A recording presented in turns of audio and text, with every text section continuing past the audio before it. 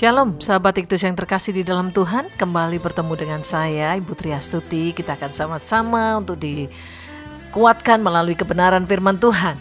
Mari sebelum kita sama-sama mendengarkan kebenaran firman Tuhan, kita berdoa. Bapa di dalam surga, kami bersyukur karena kasih setiamu yang tidak pernah berhenti dalam hidup kami. Apapun musim dalam hidup kami, Engkau selalu ada buat kami Tuhan. Ajari terus kami menyadari bahwa kehidupan yang kami alami saat ini, bahkan apapun yang sedang kami hadapi saat ini, Engkau Allah yang tidak pernah meninggalkan kami. Kami bersyukur Bapa. Kami bersyukur karena kebaikan-Mu, kemurahan-Mu, anugerah-Mu yang terus ada buat kami. Hingga hari ini, saat ini, kami boleh ada dalam hadirat-Mu. Ini sebuah anugerah yang luar biasa. Ajari kami memberikan hati kami menjadi tanah yang baik bagi taburan benih firman-Mu. Sehingga sungguh setiap firman yang kami dengar boleh bertumbuh dalam hidup kami dan berbuah. Dan buahnya lebat. Terima kasih Bapa. Jadikan kami alat-Mu, jadikan kami terang di tengah kegelapan, jadikan kami terang di tengah-tengah lingkungan apapun yang saat ini Engkau menempatkan kami. Terima kasih Bapa, kami siap diberkati, kami siap untuk diperlengkapi di dalam nama Yesus. Haleluya. Amin. Sahabat itu yang terkasih di dalam Tuhan, ketika kita ada di dalam kegelapan atau ketika lampu mati, pasti secara otomatis kita akan cari sesuatu yang menimbulkan terang, sesuatu yang akan membuat mata kita bisa melihat kembali. Kita mencari yang namanya cahaya. Bisa jadi kita akan cepat meresponi ketika listrik mati atau ketika keadaan gelap gulita. Kita dengan sangat cepat pikiran kita akan menuju bagaimana kita bisa mencari terang, bagaimana kita bisa mendapatkan terang itu. Kita cari lilin, kita nyalakan emergency lamp, kita apapun kita lakukan supaya lingkungan di sekitar kita yang gelap itu menjadi terang. Nah saudara, menjadi terang di tengah kegelapan, itulah tujuan Allah menciptakan kita. Itulah tujuan Allah untuk membawa saudara dan saya mengerti bagian apa yang harus saudara dan saya lewati. Light in the darkness. Matius 5 ayat 16 berkata kepada kita, demikianlah hendaknya terangmu bercahaya di depan orang, supaya mereka melihat perbuatanmu yang baik dan memuliakan Bapamu yang di surga. Saudara, kitab Matius ini menulis buat kita, demikianlah hendaknya terangmu bercahaya. Jadi kalau kita berkata bahwa kita ini anaknya Kristus, kita mengaku sebagai murid-murid Kristus, Yesus hidup di dalamku dan aku di dalam Dia, pastilah kita menjadi anak-anak terang. Yang diperkatakan oleh kitab Matius di sini, dari Matius yang kelima ayat 16, demikianlah hendaknya terangmu bercahaya. Jadi terang kita itu harus bercahaya. Bercahayanya di mana? Bercahayanya di depan orang. Kenapa? Pertanyaannya selalu begitu. Kenapa terang itu harus bercahaya? Ya jelas, saudara, kalau terang itu, lentera itu, pelita itu diletakkan di bawah gantang, tidak akan berfungsi dengan baik. Kenapa? Karena tidak bisa menyinari lingkungan di sekitarnya. Tidak bisa menyinari wilayah yang sedang dalam kegelapan.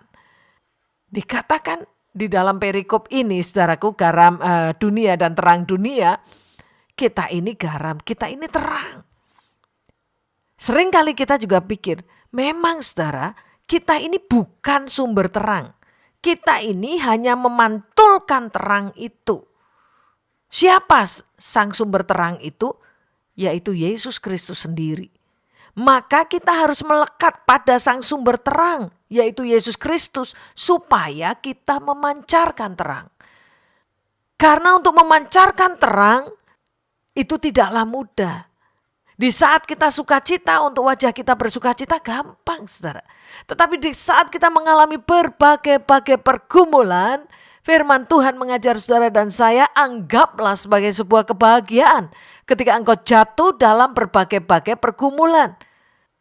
Survei membuktikan saudara, ketika ada di dalam berbagai-bagai pencobaan, berbagai-bagai pergumulan, yang ada adalah kekecewaan, Yang ada adalah pikiran-pikiran yang mungkin mikir-mikir negatif ketika kita ada di dalam pergumulan. Kegelisahan, kecemasan, itu yang melingkupi kita. Kalau kita di luar Tuhan. Maka dikatakan kalau kita mau memancarkan terang, kita memantulkan terang itu, ya kita harus lekat pada sang sumber terang itu.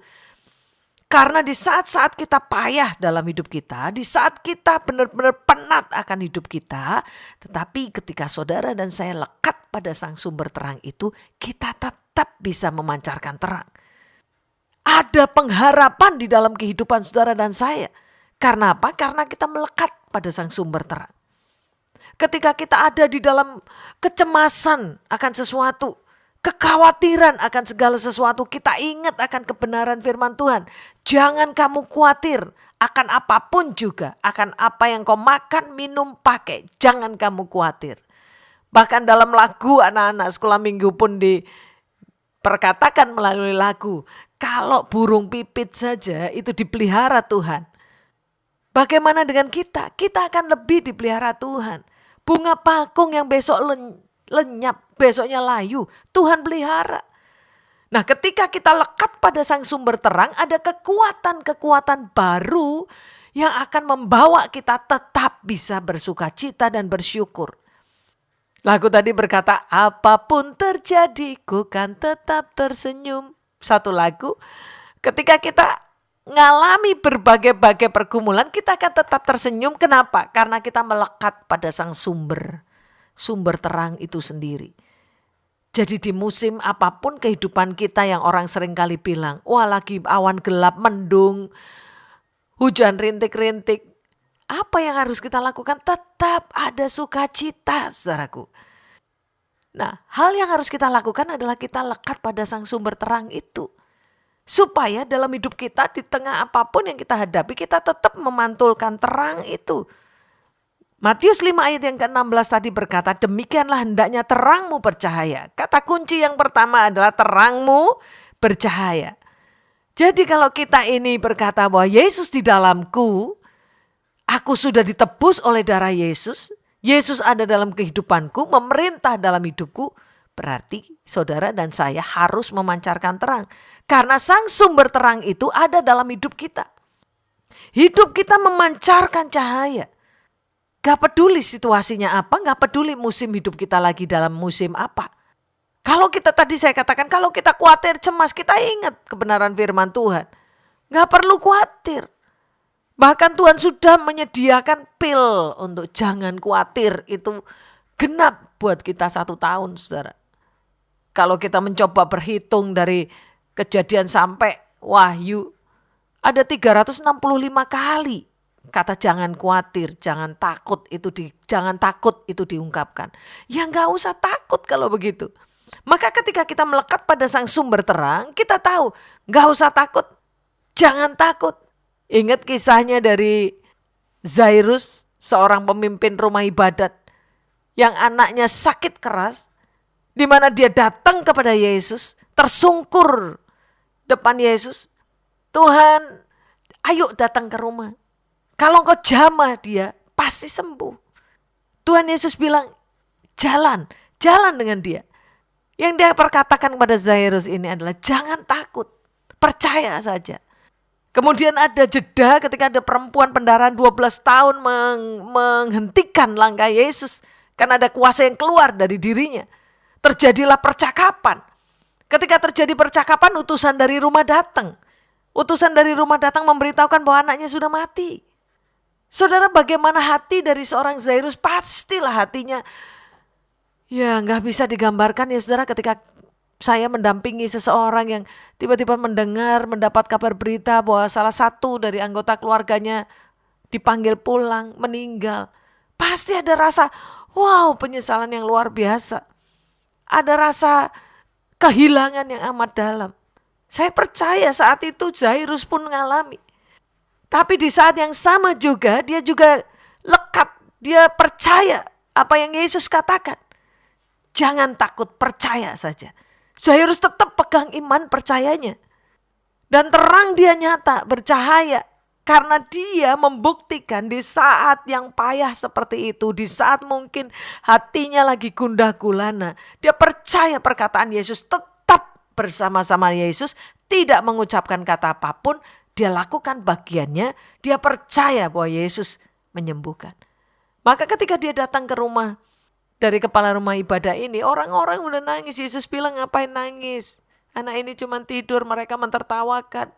Saudara, Yesus masuk dengan orang-orang yang hanya diperkenan oleh dia.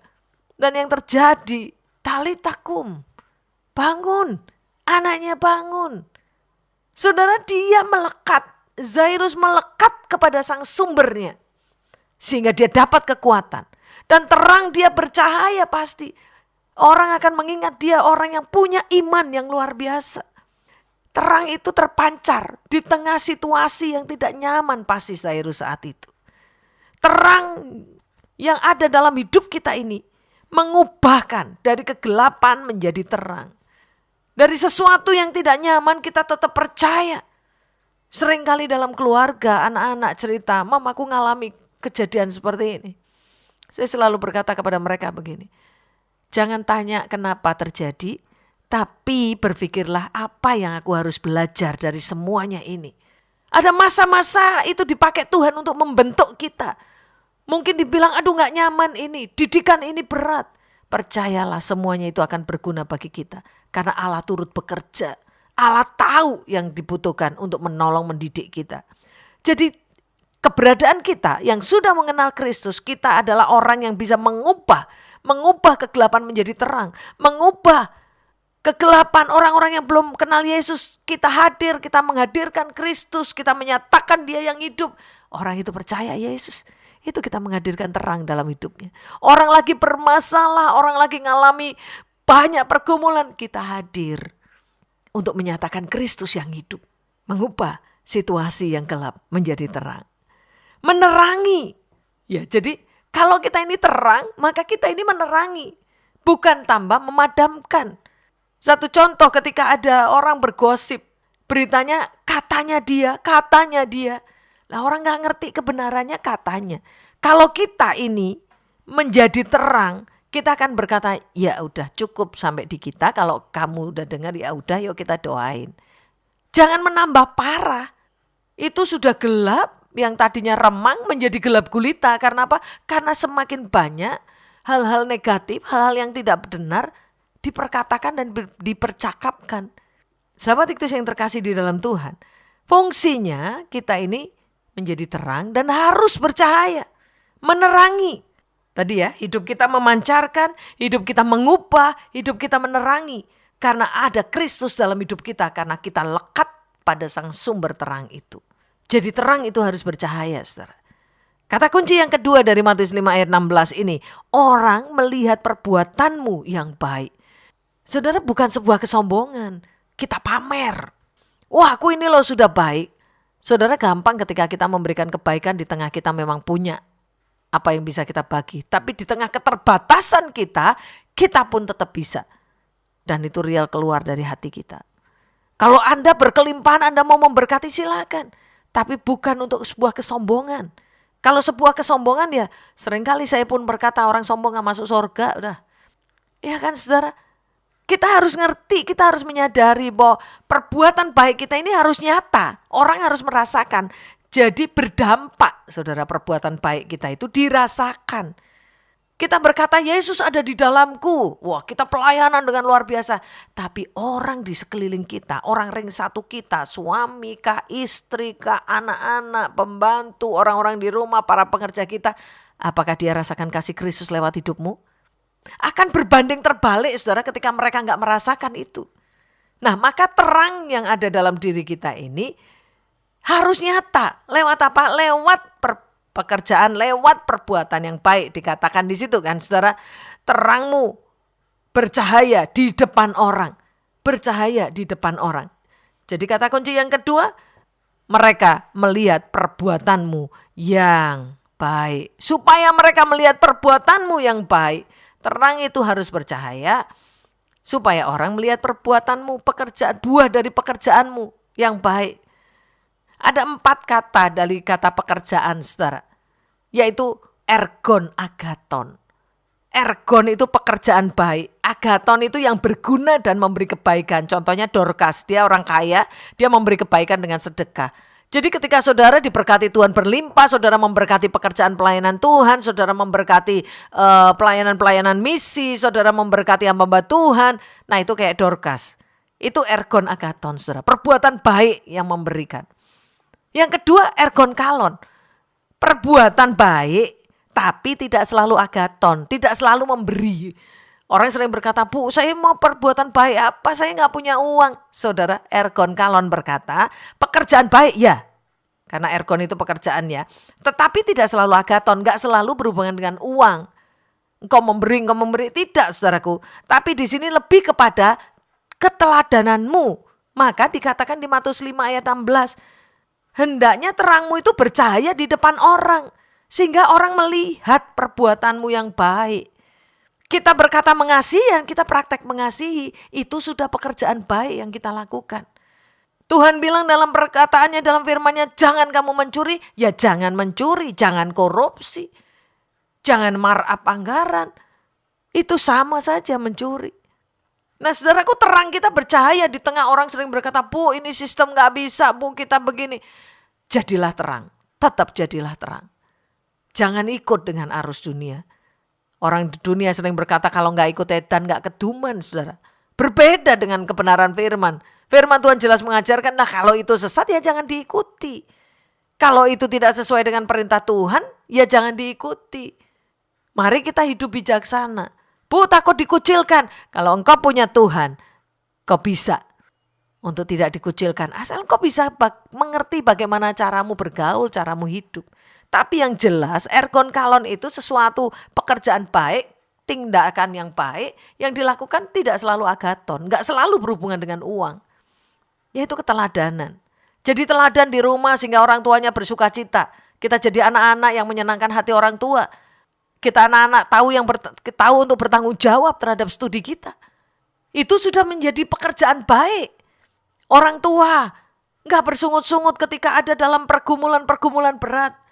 Tetap berkata bahwa ya aku punya Yesus yang dahsyat.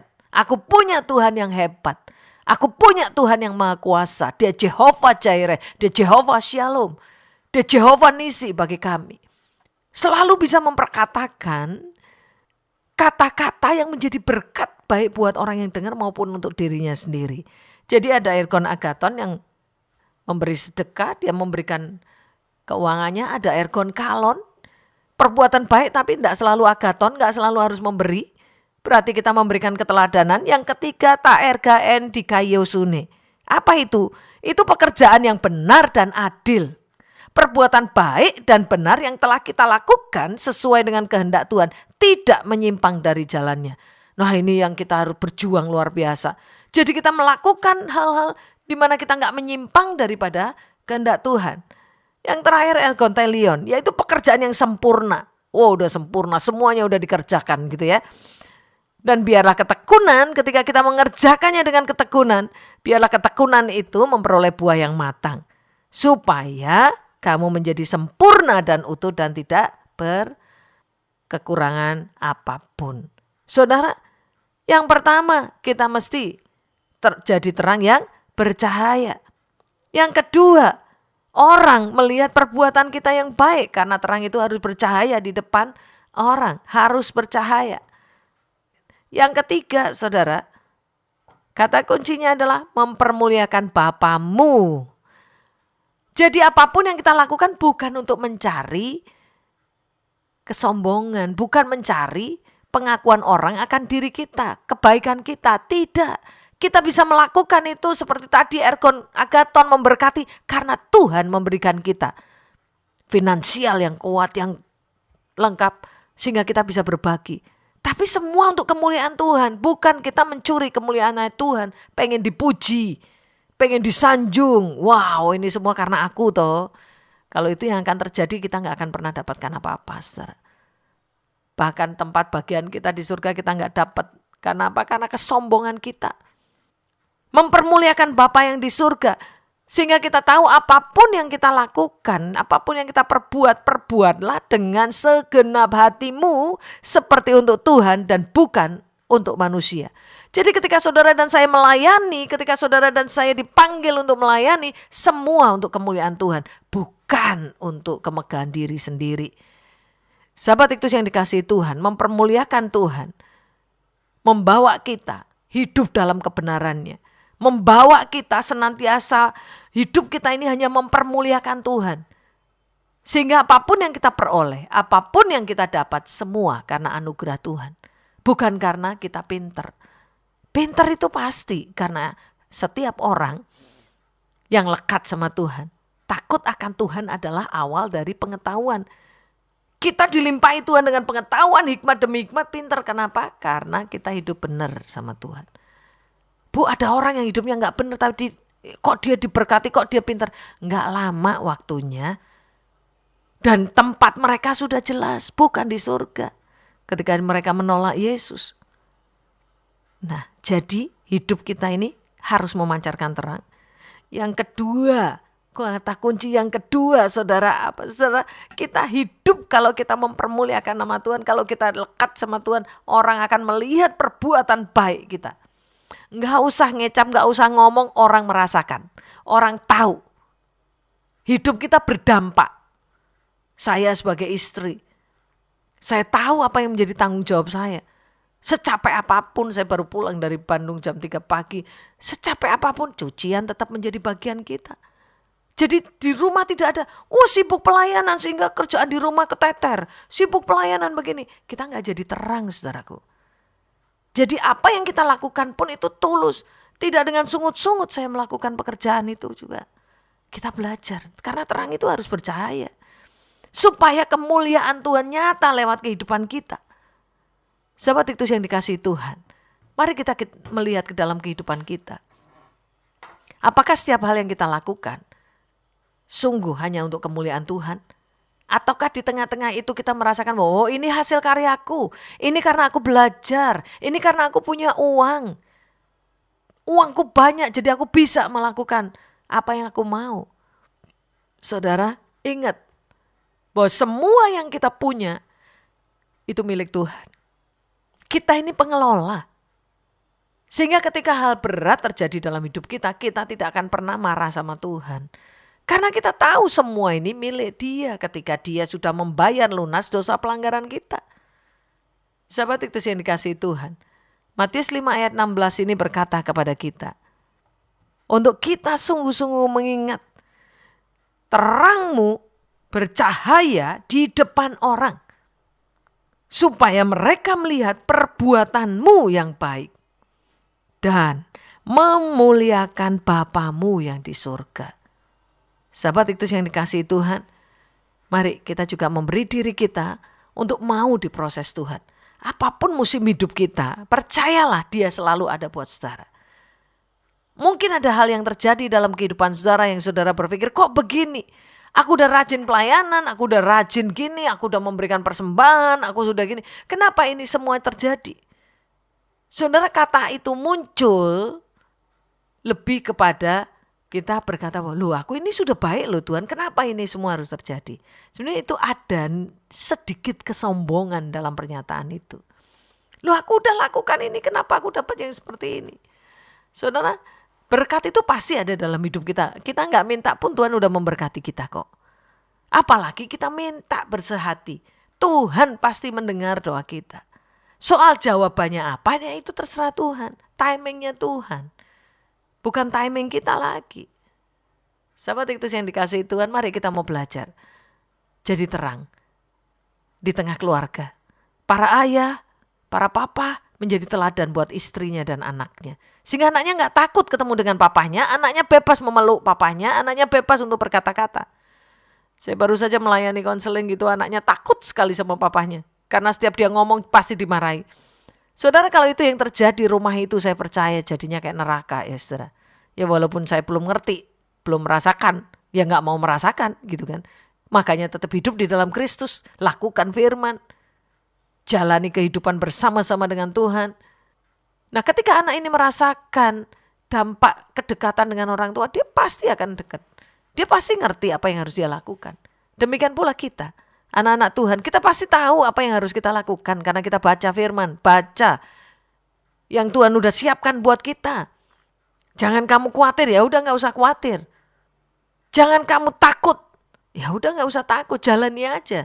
Persoalan jalani aja. Pasti hikmat demi hikmat Tuhan akan tambah-tambahkan dalam hidup kita, itu pasti. Karena Tuhan tuh tidak pernah membiarkan saudara dan saya jatuh tergeletak. Sahabat Iktus yang dikasihi Tuhan, mari kita mau belajar supaya terang dalam hidup kita ini bercahaya. Light in the darkness. Kita ada dan membawa terang. Kita ada untuk menyebarkan terang. Sehingga sungguh terang itu nyata. Bahkan orang-orang di sekeliling kita merasakan terang itu dalam hidup kita. Semakin kita melayani Tuhan, semakin kita lekat dengan Tuhan, semakin kita humble, semakin kita bisa mengerti dan memahami orang lain. Gak pernah pikir negatif, tapi senantiasa berpikir positif. Sahabat Iktus yang terkasih di dalam Tuhan, mari kita mengerjakan bagian kita. Dan sadari bahwa Tuhan Yesus akan tetap menolong kita. Mari kita berdoa. Kami bersyukur Tuhan, kalau kami boleh Engkau ingatkan kembali bagaimana kami harus hidup. Kami mau belajar Tuhan untuk hidup seturut dengan kehendak-Mu. Tidak lagi keakuan kami, tetapi Engkau yang akan dinyatakan dan dipermuliakan lewat hidup kami, lewat karya kami, lewat tugas-tugas yang kami kerjakan. Bapa, Engkau yang akan terus menolong kami. Terima kasih Tuhan, berkati sahabat Iktus, sehingga mereka pun senantiasa hidup lekat sama Engkau Tuhan. Sekalipun banyak pergumulan, tapi kami tetap melekat kepadamu dan percaya. Tidak ada jalan buntu karena firman-Mu jelas berkata buat kami. Saat pencobaan itu diberikan, Engkau sudah menyediakan jalan keluar bagi kami. Terima kasih Bapak, kami mengucap syukur. Kami pun percaya Engkau memberkati radio ini. Engkau memberkati hamba-hamba-Mu yang melayani di tempat ini. Kami percaya Tuhan berkat limpah datang daripada-Mu. Berkat kesehatan, kekuatan, sukacita. Terus ada buat setiap kami semua. Khususnya anak-anak-Mu yang melayani di radio ini. Kami bersyukur Tuhan untuk kasih setia-Mu. Terima kasih Bapak. Terus jadikan kami terang di tengah kegelapan.